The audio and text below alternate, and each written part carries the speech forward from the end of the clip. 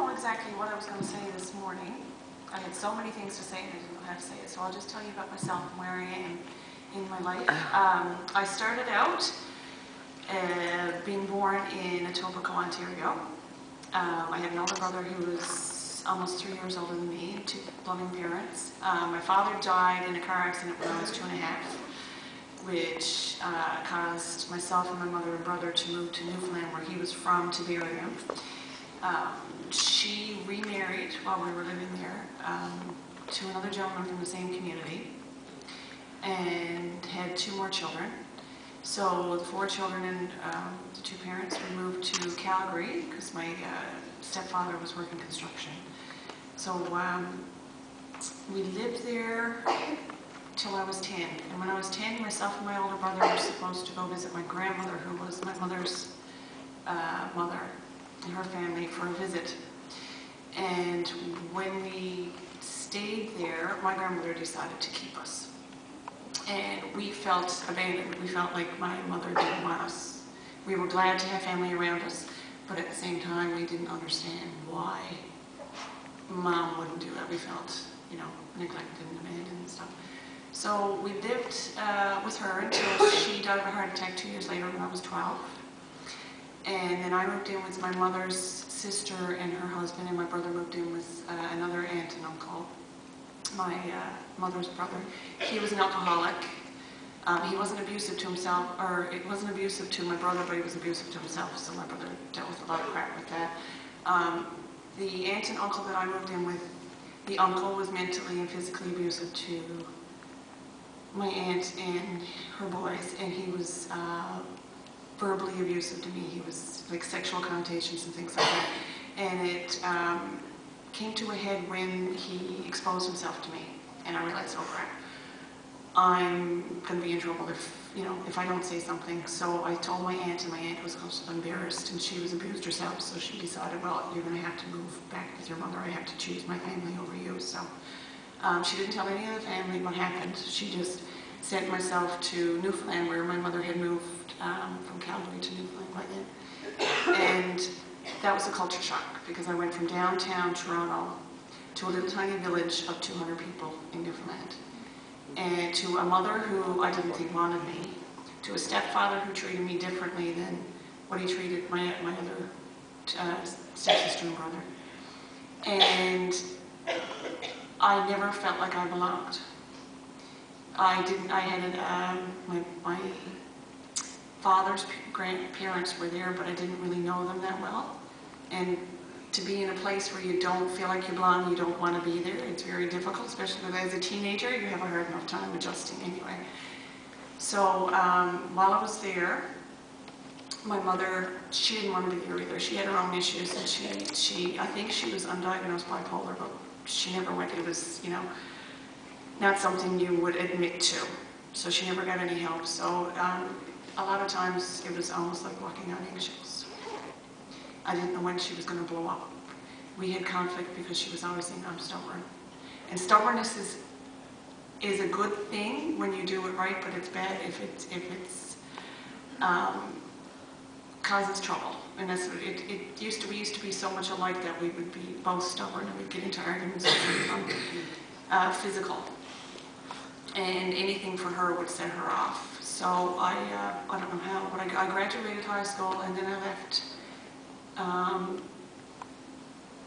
and moved to Toronto. And I stayed with an aunt, and I worked for a year, and that was in the early 90s, and became laid off. And I said, okay, what do I do now? So I moved back to Newfoundland and did a travel and tourism course, and I can remember I lived with 3 roommates who basically were disrespectful to me, I felt, because I had the smallest room in the house. When I would leave and go to a friend's house on the weekends, they would have one of their cousins or somebody sleep in my bed, which is an invasion of privacy, really, to me. I would get charged for things like long-distance calls that I didn't make. And I needed somewhere to go. And of course, I met my ex-spouse. And he made a huge promises. Oh, I'll take, we'll get a house. I have money in the bank, things like that. And I believed him. Of course, being young and stupid. So I said, okay, that's my way out of the situation. I mean, I don't want to go back to my mother out around the day. I don't want to live on my own. I don't have the skills or the money to afford it. So everything was fine and dandy for the first year. I became pregnant, had my first child, and that is when I realized he wasn't the one for me. He was becoming verbally abusive and playing a lot of mind games and things like that. So by the time my son was 2, I decided, okay, I can't do this. And so I left him.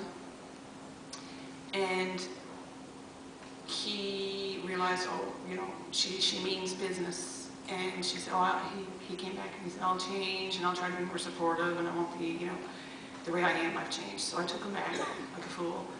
And it was good for a little while. We decided to have a second child. And shortly after that, he went back to his old ways of being verbally abusive and a lot of mind games. And we lived precariously on the edge. He was in and out of work sometimes. I stayed home with the 2 boys. My second son was diagnosed with autism when he was 3. And he wasn't supportive at all. He didn't agree with all the therapy that you know, would help this child. So I was basically put on the spot and did most of the work. And it got to the point where I was so empty inside that I didn't care about myself. I just went through the motions of living.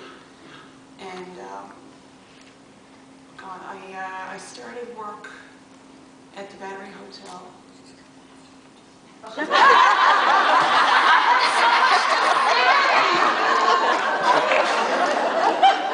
Anyway, just a couple minutes. Okay, so I got to the point where it became, how much time have I got? 2 seconds. Can I tap a new for these so I'll talk faster? I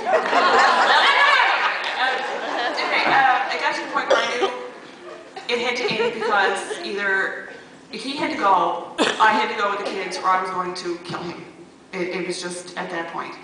And so after 2 years, he finally got the message and he left.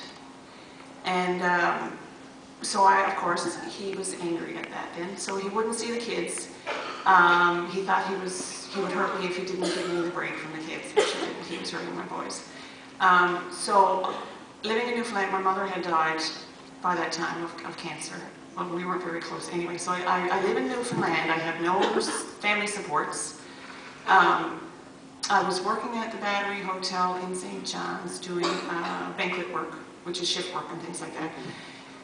And I was paying child support and transportation costs, and I was going in the hole. I wasn't getting anywhere, so I was getting frustrated with that. And so I decided to do a career exploration program for women, which is absolutely fabulous. But when I got out of there, I realized, okay, in order to do the course I wanted to do, I had to move to a different community, which was 2 hours away. And I didn't want to uproot my boys who are in the same place since they were born and start over again. All my supports were there, what I needed, right? From friends and from neighbors and things. So one day I remember sitting down frustrated, saying, I really don't want to work at the Battery anymore. I got to do something different. And I got a phone call from a lady who said there was a project starting called the Lone Mothers Project, Building Social Inclusion. And they wanted me as a research assistant to interview women on income support and find out what their stories are, how they came to where they are, what supports were working, what wasn't working, what is preventing them from becoming full citizens in society.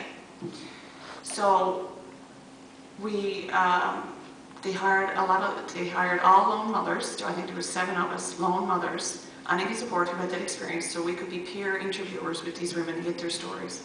And through that, I found out that there was, I think there was 3 in university already, and how they were doing it, there's a program in Newfoundland where you can work so many hours. It's called a SWAS placement, Student Work and Services Program. And you can work so many hours with a professor or with a organization to get a SWAS or tuition voucher for university, and that way you wouldn't have to take out loans, and that's what I did. So since then I've become fully involved in the project, doing presentations and to client service officers and social services managers, academic conferences. I know.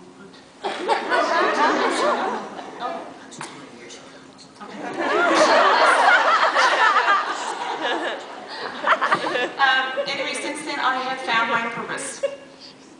I realized that I am not just one person sitting there having to be a mother and taking it. I live precariously. Like, there's a 1% vacancy rate in St. John's area, and income support only pays $472 of your rent. The average rental rate for a 2-bedroom is about $650 to $750. I live in a 3-bedroom apartment, paying $950. So I'm still living on the edge, but I am determined that the stubbornness that my mother always said I had, I'm going to use it to my benefit and not give up.